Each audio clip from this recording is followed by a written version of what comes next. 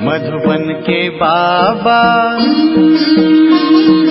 मधुबन के बाबा मुरली वाले, आपका क्या कहना, आपका क्या कहना। ओम शांति। आज 27 जून 2024 के साकार मधुर महावाक्य हैं। आज मीठे मीठे बाप दादा बोले, मीठे बच्चे, तुम्हें शरीर से अलग होकर बाप के पास जाना है। तुम शरीर को साथ नहीं ले जाएंगे, इसलिए शरीर को भूल आत्मा को देखो। बाबा कहते, मीठे बच्चे, तुम्हें शरीर से अलग होकर बाप के पास जाना है। तुम शरीर को साथ नहीं ले जाएंगे, इसलिए शरीर को भूल आत्मा को देखो। बाबा ने आज प्रश्न पूछा कि तुम बच्चे अपनी आयु को योग बल से बढ़ाने का पुरुषार्थ क्यों करते हो। तो उत्तर में बाबा ने समझाया, क्योंकि तुम्हारी दिल होती है कि हम बाप द्वारा सब कुछ इस जन्म में जान जाएं, बाप द्वारा सब कुछ सुन लें, इसलिए तुम योग बल से अपनी आयु को बढ़ाने का पुरुषार्थ करते हो। अभी ही तुम्हें बाप से प्यार मिलता है। ऐसा प्यार फिर सारे कल्प में नहीं मिल सकता। बाकी जो शरीर छोड़कर चले गए उनके लिए कहेंगे ड्रामा। उनका इतना ही पाठ था। ओम शांति। बच्चे जन्म जन्मांतर और सत्संगों में गए हैं और यहाँ भी गए हैं। वास्तव में इसको भी सत्संग ही कहा जाता है। सत्य का संग तारे। बच्चों के दिल में आता है कि हम पहले भक्ति मार्ग के सत्संगों में जाते थे और अभी यहाँ बैठे हैं। रात दिन का फर्क भासता है। यहाँ पहले पहले तो बाप का प्यार मिलता है, फिर बाप को बच्चों का प्यार मिलता है। अभी इस जन्म में तुम्हारी चेंज हो रही है। तुम बच्चे समझ गए हो कि हम आत्मा हैं, न कि शरीर। शरीर नहीं कहेगा कि हमारी आत्मा, आत्मा कह सकती है हमारा शरीर। अब बच्चे समझते हैं कि जन्म जन्मांतर तो वह साधु संत महात्मा आदि करते आए और आजकल फिर फैशन पड़ा है। साईं बाबा, मेहर बाबा, वह भी सब जिस्मानी हो गए। जिस्मानी प्यार में सुख तो होता ही नहीं है। अभी तुम बच्चों का है रूहानी प्यार। रात दिन का फर्क है। यहाँ तुमको समझ मिलती है और वहाँ तो बिल्कुल ही बेसमझ हैं। तुम अभी समझते हो कि बाबा आकर के हमको पढ़ाते हैं। वह सबका बाप है। मेल तथा फीमेल सब अपने को आत्मा समझते हैं। बाबा बुलाते भी हैं कि हे बच्चों। बच्चे भी रिस्पॉन्स करेंगे कि यह है बाप और बच्चों का मेला। बच्चे जानते हैं कि यह बाप और बच्चों का, आत्मा और परमात्मा का मेला एक ही बार होता है। बच्चे बाबा बाबा कहते रहेंगे। बाबा अक्षर बहुत मीठा है। बाबा कहने से ही वर्षा याद आएगा। तुम छोटे तो नहीं हो। बाप की समझ बच्चों को जल्दी पड़ती है। बाबा से क्या वर्षा मिलता है वह छोटा बच्चा तो समझ ना सके। यहाँ तुम जानते हो कि हम बाबा के पास आए हैं। बाप कहते हैं, हे बच्चों, तो इसमें सब बच्चे आ गए। सब आत्माएं घर से यहाँ आती है पाठ बजाने। कौन कब पाठ बजाने आते हैं यह भी बुद्धि में है। सबके सेक्शन अलग अलग हैं जहाँ से आते हैं और फिर पिछाड़ी में सब अपने अपने सेक्शन में जाते हैं। यह भी सब ड्रामा में नूंद है। बाप किसी को भेजते नहीं हैं, ऑटोमेटिकली ये ड्रामा बना हुआ है। हर एक अपने अपने धर्म में आते रहते हैं। बुद्ध का धर्म स्थापन हुआ नहीं है तो उस धर्म का कोई आएगा ही नहीं। पहले पहले सूर्यवंशी चंद्रवंशी ही आते हैं जो बाप से अच्छी रीति पढ़ते हैं। वही नंबरवार सूर्यवंशी चंद्रवंशी में शरीर लेते हैं। वहाँ विकार की तो बात नहीं। योग बल से आत्मा आकर गर्भ में प्रवेश करती है। उससे समझेंगे कि मेरी आत्मा इस शरीर में जाकर प्रवेश करेगी। बूढ़े समझते हैं कि हमारी आत्मा योग बल से जाकर ये शरीर लेगी। मेरी आत्मा जब पुनर्जन्म लेती है, वह बाप भी समझते हैं कि हमारे पास बच्चा आया है। बच्चे की आत्मा आ रही है जिसका साक्षात्कार होता है। वह अपने लिए समझते हैं कि हम जाकर दूसरे शरीर में प्रवेश करते हैं। यह भी विचार उठते हैं ना, तो ज़रूर वहाँ का कायदा होगा। बच्चा किस आयु में आएगा वहाँ तो सब रेगुलर चलता है ना। वह तो आगे चल महसूस होगा, सब मालूम पड़ेगा। ऐसे तो नहीं कि 15-20 वर्ष में कोई बच्चा होगा जैसे यहाँ होता है, नहीं। वहाँ आयु 150 वर्ष की होती है, तो बच्चा तब आएगा जब आधा लाइफ से थोड़ा आगे होंगे, उस समय बच्चा आता है, क्योंकि वहाँ आयु बड़ी होती है। एक ही तो बच्चा आना होता है, फिर बच्ची भी आनी है, कायदा होगा। पहले बच्चे की फिर बच्ची की आत्मा आती है। विवेक विवेक कहता है कि पहले बच्चा आना चाहिए, पहले मेल और पीछे फीमेल। 8-10 वर्ष देरी से आएंगे, आगे चल तुम बच्चों को सब साक्षात्कार होना है। कैसे वहाँ की रस्म रिवाज है, ये सब बातें नई दुनिया की बाप बैठ समझाते हैं। बाप ही नई दुनिया स्थापन करने वाला है। रस्म रिवाज भी ज़रूर सुनाते जाएंगे, आगे चल बहुत सुनाएंगे और तब साक्षात्कार होते रहेंगे। बच्चे कैसे पैदा होंगे कोई नई बात नहीं। तुम तो ऐसी जगह जाते हो जहाँ कल्प कल्प जाना ही पड़ता है। बैकुंठ तो अब नज़दीक आ गया है, अब तो बिल्कुल नज़दीक ही आकर पहुँचे हो। हर एक बात तुमको नज़दीक देखने आएगी। जितना तुम ज्ञान योग में मजबूत होते जाएंगे, अनेक बार तुमने पाठ बजाया है और अभी तुमको समझ मिलती है, जो ही तुम साथ ले जाएंगे। वहाँ की क्या रस्म रिवाज होगी सब जान जाएंगे।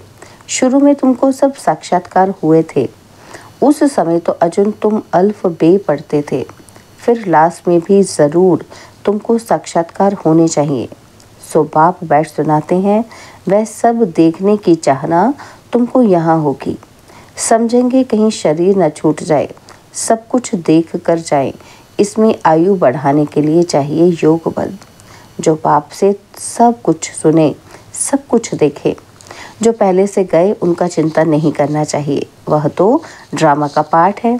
तकदीर में नहीं था ज़्यादा बाप से लव लेना, क्योंकि जितना जितना तुम सर्विसेबल बनते हो तो बाप को बहुत बहुत प्यारे लगते हो। जितना सर्विस करते हो, जितना बाप को याद करते हो, वह याद जमती रहेगी। तुमको बहुत मज़ा आएगा। अभी तुम बनते हो ईश्वरीय संतान। बाप कहते हैं तुम आत्माएं हमारे पास थी ना, तो भक्ति मार्ग में मुक्ति के लिए बहुत परिश्रम करते हैं। जीवन मुक्ति को तो जानते ही नहीं। ये बहुत लवली ज्ञान है, बहुत लव रहता है।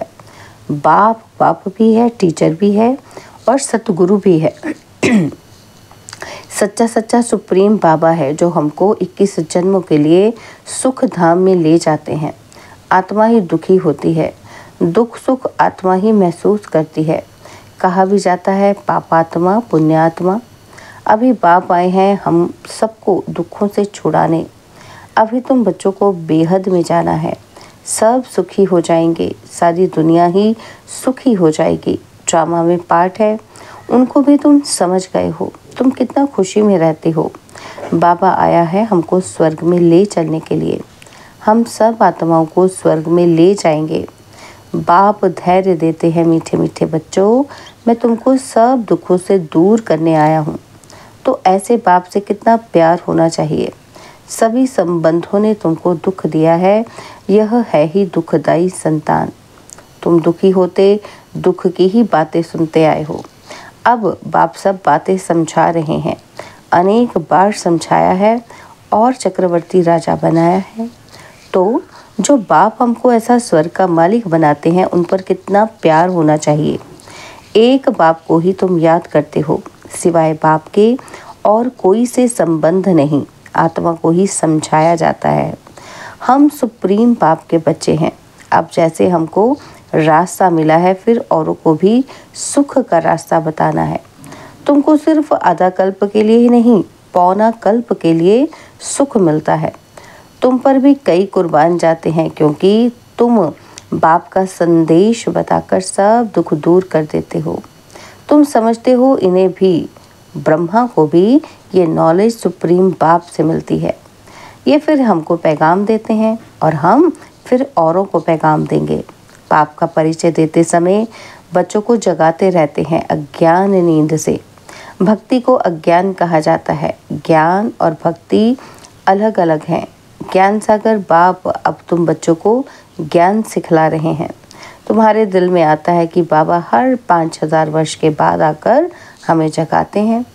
हमारा जो दीवा है उनमें घृत बाकी थोड़ा जाकर रहा है, इसलिए अब फिर ज्ञान घृत डाल दीप जगाते हैं।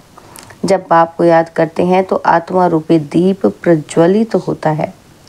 आत्मा में जो कट चढ़ी हुई है वह उतरेगी बाप की याद से। इसमें ही माया की लड़ाई चलती है। माया घड़ी घड़ी भुला देती है और कट उतारने के बजाय चढ़ती जाती है, बल्कि जितना उतरी थी उससे भी जास्ती चढ़ जाती है। बाप कहते हैं, बच्चे मुझे याद करो तो कट उतर जाएगी। इसमें मेहनत है। शरीर की कशिश ना हो, देही अभिमानी बनो।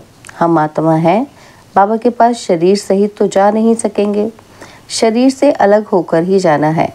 आत्मा को देखने से कट उतरेगी, शरीर को देखने से कट चढ़ती है।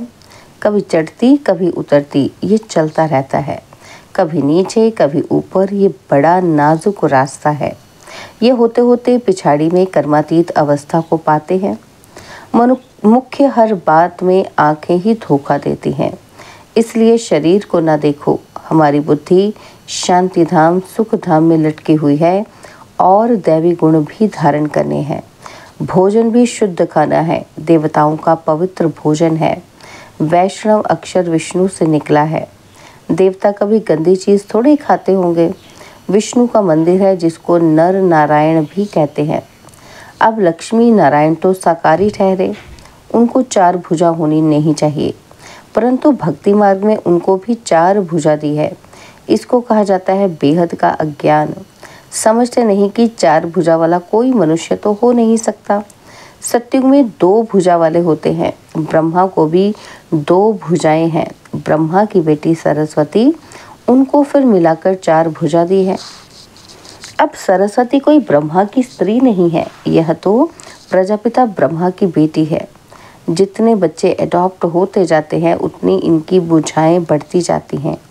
ब्रह्मा की ही 108 भुजाएं कहते हैं, विष्णु व शंकर की नहीं कहेंगे। ब्रह्मा की भुजाएं बहुत हैं। भक्ति मार्ग में तो कुछ समझ नहीं।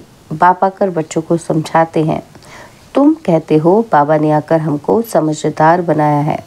मनुष्य कहते हैं हम शिव के भक्त हैं। अच्छा, तुम शिव को क्या समझते हो? अभी तुम समझते हो कि शिव बाबा सब आत्माओं का बाप है, इसलिए उनकी पूजा करते हैं। मुख्य बात बाप कहते हैं, मामेकम याद करो। तुमने बुलाया भी है कि हे पतित पावन, आकर हमको पावन बनाओ। सभी पुकारते ही रहते हैं, पतित पावन सीताराम। यह भी गाते रहते थे। बाबा को थोड़ी मालूम था कि बाप आकर स्वयं आकर मेरे में प्रवेश करेंगे। कितना वंडर है, कभी ख्याल में भी नहीं था। पहले तो आश्चर्य खाते थे कि ये क्या होता है, मैं किसको देखता हूँ। तो बैठे बैठे उनको कशिश होती है, ये क्या होता है। शिव बाबा कशिश करते थे, सामने बैठो तो ध्यान में चले जाते थे। आश्चर्य में पड़ गए कि ये क्या है। इन बातों को समझने के लिए फिर एकांत चाहिए। तब वैराग्य आने लगा कि कहाँ जाऊँ। अच्छा, बनारस जाता हूँ। ये उनकी कशिश थी जो इसको भी कराते थे। इतनी बड़ी कारोबार सब छोड़कर गया। उन बेचारों को क्या पता कि बनारस में क्यों जाते हैं। और फिर वहाँ बगीचे में जाकर ठहरा। वहाँ पेंसिल हाथ में उठाकर दीवारों पर चक्र बैठ निकालता था। बाबा क्या कराते थे कुछ पता नहीं पड़ता था। रात को नींद आ जाती थी, समझता था कि कहीं उड़ गया हूँ। फिर जैसे नीचे आ जाता था, कुछ पता नहीं कि क्या हो रहा है। शुरू में कितने साक्षात्कार होते थे। बच्चियाँ बैठे बैठे ध्यान में चली जाती थी। तुमने बहुत कुछ देखा है। तुम कहेंगे जो हमने देखा सो तुमने नहीं देखा। फिर पिछाड़ी में बाबा बहुत साक्षात्कार कराएंगे क्योंकि नज़दीक होते जाएंगे। अच्छा, मीठे मीठे सिकिलते बच्चों प्रति माता पिता बाप दादा का याद प्यार और गुड मॉर्निंग। रूहानी बाप की रूहानी बच्चों को नमस्ते। हम रूहानी बच्चों की रूहानी बाप दादाजी को दिलवा जान सिकवा प्रेम से नमस्ते। ओम शांति। प्यारे बाबा, मीठे बाबा, मेरे बाबा, शुक्रिया बाबा, शुक्रिया बाबा, शुक्रिया। धारणा के लिए मुख्य सार है। पहला पॉइंट है, बाप का संदेश सुनाकर सबके दुख दूर करने हैं, सबको सुख का रास्ता बताना है, हदों से निकल बेहद में जाना है।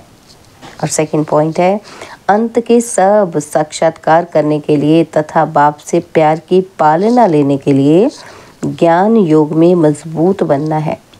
दूसरों का चिंतन न कर योग बल से अपनी आयु बढ़ानी है। बाबा ने आज वरदान दिया कि अलबेलेपन व अटेंशन के अभिमान को छोड़ बाप की मदद के पात्र बनने वाले सहज पुरुषार्थी भव। अलबेलेपन व अटेंशन के अभिमान को छोड़ बाप की मदद के पात्र बनने वाले सहज पुरुषार्थी भव। कई बच्चे हिम्मत रखने के बजाय अलबेलेपन के कारण अभिमान में आ जाते हैं कि हम तो सदा पात्र हैं ही, बाप हमें मदद नहीं करेंगे तो किसको करेंगे। इस अभिमान के कारण हिम्मत की विधि को भूल जाते हैं और कईयों में फिर स्वयं पर अटेंशन देने का भी अभिमान रहता, जो मदद से वंचित कर देता है। समझते हैं हमने तो बहुत योग कर लिया, लगा लिया, ज्ञानी योगी तो आत्मा बन गए और सेवा की राजधानी बन गई। इस प्रकार के अभिमान को छोड़ हिम्मत के आधार पर मदद के पात्र बनो तो सहज पुरुषार्थी बन जाएंगे। स्लोगन है, जो वेस्ट और नेगेटिव संकल्प चलते हैं उन्हें परिवर्तन कर विश्व कल्याण के कार्य में लगाओ। जो वेस्ट और नेगेटिव संकल्प चलते हैं उन्हें परिवर्तन कर विश्व कल्याण के कार्य में लगाओ। ओम शांति। और अब यह एक बहुत अच्छी वीडियो भी जरूर देखें।